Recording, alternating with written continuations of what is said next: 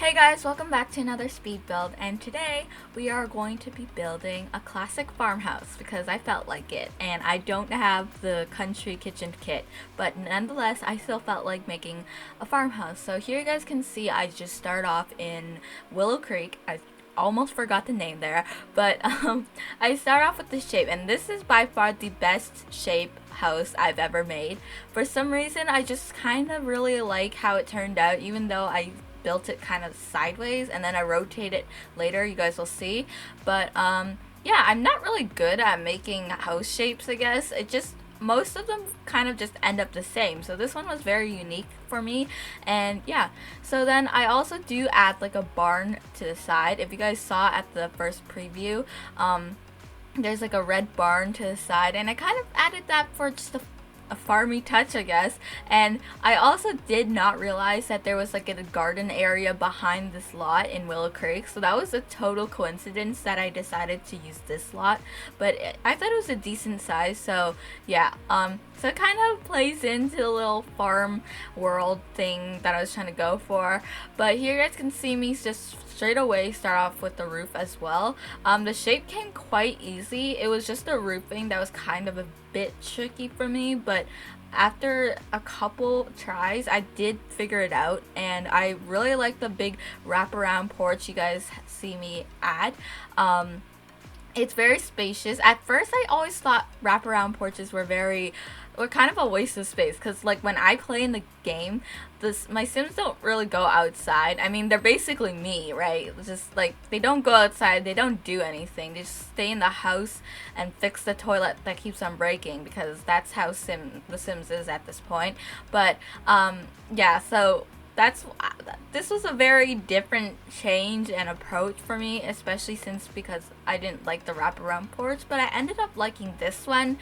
I don't know, it's just kind of weird. But you guys will see me now rotate the house because I thought it looked better here. It just looked more like a front, especially with those two dormers, I guess you'd call them.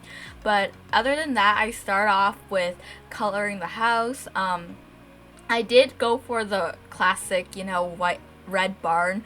I thought it was a bit too bright at first because the color was very saturated, but I was like, you know what, it's fine, just the more colors the better. And it also did complement like the brick accents I did add. I use these like poles from Get Famous, and they look so good in my opinion with this house. So I was really proud of looking for that and actually scrolling through like the poles we got. I always forget that we always have these like poles, so that was a very new thing for me too as well. I also did add a water tower. I don't know if that was kind of something I forgot to mention, but I did scroll through debug and took the time to search for like any farmhouse like items, I guess. Oh, and by the way, this is only the exterior of the house, if you couldn't tell by the title. I wanted to divide this video or this build in two, mainly because for more content and just shorter videos, because I like speed builds when they're actually a speed build and not like a 30-minute sped up version of a build. I don't know, but that's just totally my opinion because I can't talk that long for once, and then after like the 10-minute mark I start getting socially awkward. But we'll save that for another time.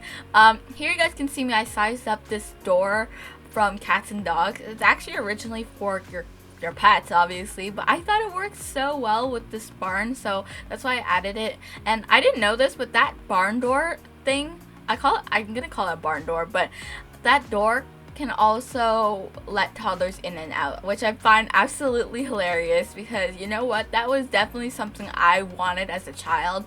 I wanted like a little pet door connecting to my sister's room, because why not?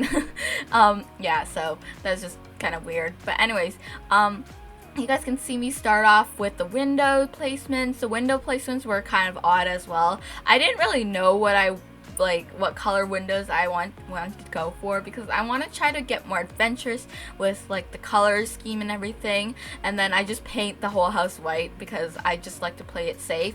But then I also got some brown base game windows. I was gonna make this a base game build at first, but I didn't save like the shell part of the house, so yeah, it's not a base game build. I do apologize, but the exterior is mostly base game. Actually, yeah, it's mostly base game. So if you guys, I don't know, you guys can just download this and all the stuff will be removed, but you guys will still have like the big base shell of it. I don't see why you'd want to do that, but anyways.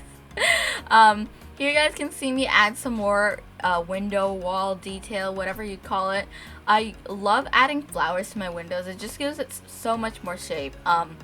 And that's basically what I did here. I also did add to the barn a bit. I added these like columns. I called them poles at the beginning. I do apologize. I kind of like forgot the word for it and was kind of panicking inside and just called them poles, but they're actually called columns, if I'm correct. That could be totally incorrect, but anyways. Here is my favorite part. I start landscaping the whole build, and honestly I just find landscaping such a satisfying thing to watch for some reason. It's just placing plants wherever they see fit, and it just makes my day, because why not? Placing plants is amazing in The Sims. I did go for this like kind of yellow orange type of theme, because the flowers on the walls were red, and I just kind of wanted to go down from there, so you know, orange and yellow. So I think it looks okay, I guess. I probably could have went for like an all white theme, but I wanted to add more color, as I said before, because that red barn is it hurts my eyes to look at because it's so bright. So I kind of wanted to make it equally as colorful as the barn. Anyways, here you guys can see me fence off the rest of the build. Not entirely. I got lazy, as you can see, halfway, and I just kind of quit. But nonetheless, it's still kind of fenced in, and I really thought that was a very nice addition to this barn. One regret, though, is I wish they used different debug fencing, because this one was a bit too stoic, I guess you'd call it. It was very well built, and I kind of wanted like a rundown type of vibe, but nonetheless it works well. I also use hay bales as well. All of this is from the debug menu, by the way, so you guys can't really use this.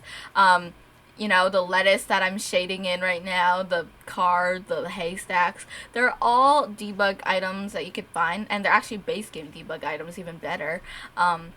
So if you guys want to make a farm, you know, just search in debug, and just there's a lot of little trinkets you can use that just make it so much more like a farm, basically.